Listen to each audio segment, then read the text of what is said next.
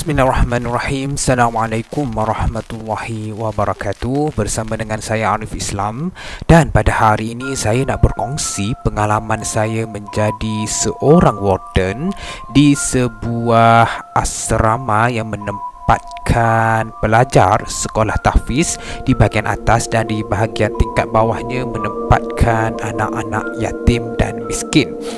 Dan saya adalah salah seorang warden dan juga guru akademik di sana lah, dan ada beberapa warden yang lain yang merupakan ustaz. Dan pada suatu hari datang seorang ustaz baru yang merupakan seorang OKU, tak ada kaki, dia menggunakan kaki palsu dan tongkat lah untuk berjalan. Dan beliau ditempatkan di bahagian bawah lah asrama anak yatim, sama dengan anak-anak yatim kat bawah, diberikan bilik di situ dan dia tidur di situlah dengan anak-anak yatim di situ. Saya ni rapat dengan anak-anak yatim kat bawah tu, mereka selalu datang lepak-lepak dengan saya kan di rumah. Jadi suatu hari tu mereka datang ke rumah saya dan bagi tahu mereka nak tidur bermalam di rumah saya. Saya pelik, kenapa? Saya tanya, dan bila ditanya mereka mengadu mereka diganggu secara seksual oleh guru, oleh ustaz OKU itu tadi. Bagaimana ustaz tu ganggu mereka? Kata mereka ketika beberapa orang rakan mereka tidur, mereka perhatikan dengan mata mereka sendiri ustaz tu akan pergi peluk budak tersebut dan peluk dan buat perkara yang tidak senonoh. Saya tak boleh nak cerita kat sini lah. Dan jadi mereka takut benda tu berlaku kepada mereka, jadi mereka minta nak tidur rumah saya lah. Tapi tidak lama kemudian saya pelik, mereka dah tak datang lagi ke rumah saya, mereka tidur di asrama. Bila saya tanya kenapa, dah tak takut ke? Oh, rupanya ustaz tu telah mengajar mereka silat ghaib, di mana mata mereka ditutup dan mereka akan nampak satu makhluk lain yang bergerak, dan mereka akan ikut pergerakan makhluk tersebut, di mana makhluk tersebut mengajar mereka pergerakan silat. Dan murid-murid ni, anak-anak yatim ni lah, dan juga sebahagiannya murid-murid tahfiz yang tingkat atas tu juga ada yang telah berani turun 2-3 pagi, turun berkumpul di bahagian bawah di rumah bilik anak yatim ni untuk belajar silat tersebut. Mereka dibekalkan dengan sup bunjut. Dalam tu ada dada hitam, ada garam sebagai pendinding.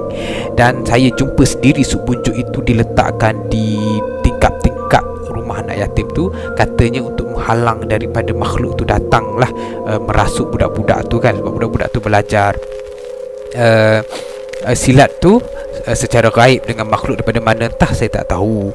Dan pada suatu hari kecoh di bilik guru lelaki apabila dalam satu PC yang kami kongsi ramai-ramai itu ada satu video 18xx lelaki dengan lelaki. Saya dah tahu dah video tu milik siapa, tetapi malang bagi saya sebab dalam bilik guru tersebut cuma saya saja guru akademik, yang lain semua ustaz-ustaz.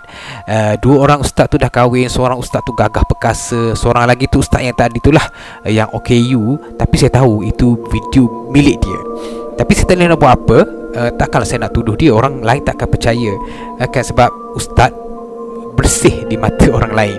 Jadi saya tawakal tu Allah. Mereka nak tuduh saya pun lantak lah kan.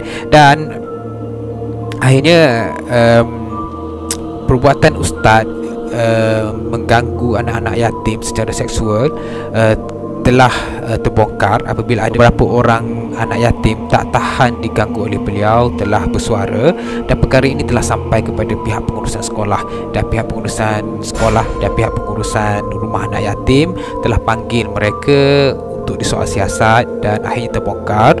Saya tidak tahu apa pihak pengurusan ambil tindakan kepada ustaz tersebut, tetapi yang saya pastinya ustaz tersebut telah dibuang sekolah.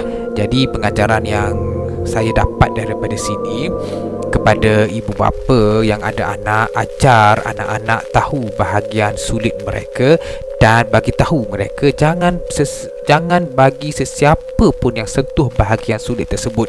Tak kisahlah orang itu guru ke, ustaz ke, adik-beradik sendiri ke, jangan diberi sentuh. Kalau ada yang menyentuh, laporkan kepada mak ayah segera. Dan jika mereka diganggu juga, ajar mereka untuk berani bersuara, bagi tahu kepada orang yang lebih dewasa supaya perkara begini tidak terjadi kepada anak kita tidak terjadi melarat sangat, boleh diatasi dengan segera. Itu saja daripada saya, Arif Islam. Ada banyak lagi kisah saya sebagai warden untuk saya kongsi. Jadi kalau nak tahu kisah apa, jangan lupa untuk like, komen, subscribe dan tekan butang lonceng di atas. Sekian, Assalamualaikum warahmatullahi wabarakatuh.